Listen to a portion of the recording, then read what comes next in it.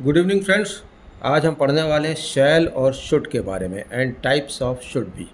ठीक है, शुड को भी कई तरीके से यूज़ किया जाता है। तो स्टार्टिंग करते हैं अपन शैल से। शैल हम जानते हैं कि फ्यूचर सेंटेंसेस जहाँ भी रहते हैं वहाँ शैल यूज़ होता है। अगर हमने शैल लगा दिया, विल लगा दिया, तो फ्यूचर में कन्वर्ट हो जाता है।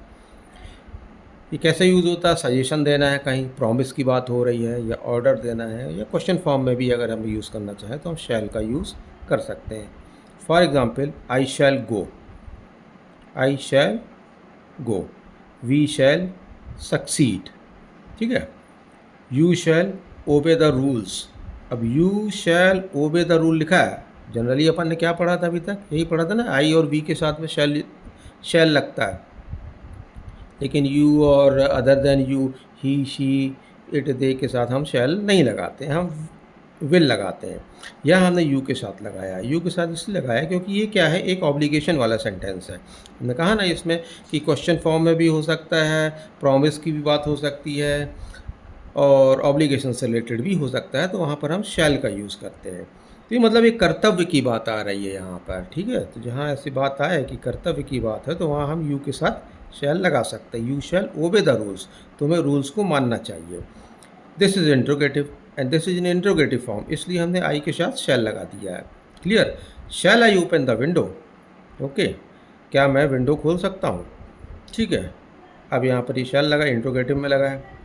I shall never forget your kindness.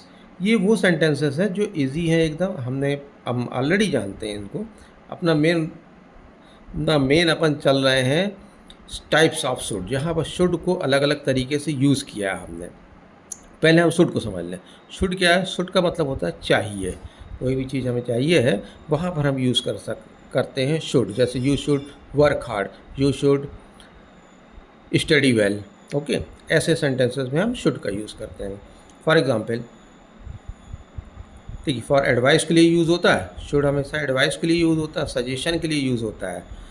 You should work hard, ये है। अब देखिए, शुड को हम शुड बी की तरह भी यूज़ कर सकते हैं, शुड बी की तरह, शुड हैव की तरह, should have to, should have been, should have had. कई तरीके से हम शुड को यूज़ कर सकते हैं, क्योंकि ये डिपेंड करता है सेंटेंस के टाइप के ऊपर। अगर सेंटेंस है, सपोज फॉर एग्जांपल सेंटेंस देखा है, आपको पढ़ाई करनी चाहिए। क्या बोल रहे हैं? आपको पढ़ाई करनी चाहिए, मतलब की बात हो रही है, प्रेजेंट में ही बोला जा रहा है और प्रेजेंट के लिए ही आपको एक सजेशन दिया जा रहा है, तो हम बोलेंगे यू शुड स्टडी। अगर बोल दिया जाए, इस सेंटेंस को थोड़ा सा चेंज कर दिया जाए कि आपको पढ़ाई करनी ही चाहिए, अब क्या बात हो रही है? यहाँ पर फोर्स दिया जा रहा है। इस सेंटेंस में हमने फोर्स दिया गया। इस सेंटेंस में उतना फोर्स नहीं है, लेकिन इस सेंटेंस में फोर्स है, और प्रेजेंट में ही हम बात कर रहे हैं, उससे हम बोल रहे हैं कि आपको पढ़ाई करनी ही चाहिए। Then we will use there you should have to study. अब ये शुड के साथ हमने क्या लगा दिया? हैव टू लगा दिया। You should have to study. Okay, अब सेंटेंस को थोड़ा सा अपन चेंज करते हैं। आपको पढ़ाई करनी चाहिए थी, आपको पढ़ाई करनी चाहिए थी। हम प्रेजेंट में रह कर के पास्ट की बात कर रहे हैं, प्रेजेंट में रह कर के हम किसी को समझा रहे हैं, बात कर रहे हैं कि आपको पढ़ाई करनी चाहिए थी। अब यहाँ क्या होगा? यहाँ पर हम थोड़ा सा चेंज करेंगे, यहाँ हम शुड हैव का यूज़ करेंगे। हमने कहा ना शुड हैव का यूज़ करेंगे। शुड को हम कई तरीके से यूज़ कर सकते हैं, should, should be, should have to, should have been, should have had, ऐसे। तो यहाँ पर बात आ रही है। अब इस सेंटेंस को हमने थोड़ा चेंज किया, यू शुड हैव स्टडीड। ये थर्ड फॉर्म में है, ये हैव लिखा हुआ है यहाँ पर, तो जब हैज़ हैव रहता है तो वैसे भी थर्ड फॉर्म हो जाता है सेंटेंस का, जो अपन ने पढ़ा था टेंस में कि परफेक्ट की जब बात आ जाती है, तो वहाँ पर हमने पढ़ा था ना, हैज़ हैव रहता है और third form of the verb लगता है। तो ये देखिए, यू शुड हैव स्टडीड, मतलब आपको पढ़ाई करनी ही चाहिए थी, करनी चाहिए थी। ठीक है, हम प्रेजेंट में रह करके पास्ट की बात कर रहे हैं। अब नेक्स्ट सेंटेंस, आपको स्कूल में होना चाहिए, आपको स्कूल में होना चाहिए, प्रेजेंट की बात है ये, आपको स्कूल में होना चाहिए। तो यहाँ पर हम क्या करेंगे, क्या लिखेंगे हम? You should be in the school, you should be in the school. हमने यहाँ पर शुड के साथ में बी लगाया है। हमने कहा ना कि शुड को हम शुड के साथ शुड बी, शुड हैव ऐसे यूज़ कर सकते हैं। यहाँ पर हमने शुड के साथ में बी लगाया, हम प्रेजेंट की बात कर रहे हैं, मतलब हम बोल रहे हैं उससे अगले से कि तुम्हें स्कूल में होना चाहिए, तो you should be in the school. अब आगे बढ़ते हैं, आपको स्कूल में होना चाहिए था, दोनों में डिफरेंस है थोड़ा से।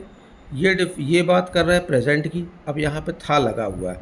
आपको स्कूल में होना चाहिए था, मतलब हम बात कर रहे हैं, किसी से बोल रहे हैं, हम पास्ट की बात कर रहे हैं, प्रेजेंट में रह करके हम अगले को हम पास्ट की बात करके हम बोल रहे हैं उससे कि तुम्हें उस समय भाई स्कूल में रहना चाहिए था। तो वही वाली बात आ रही है।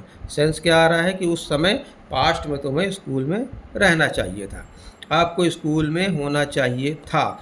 अब यहाँ क्या होगा, यहाँ पर होगा you should have been in the school.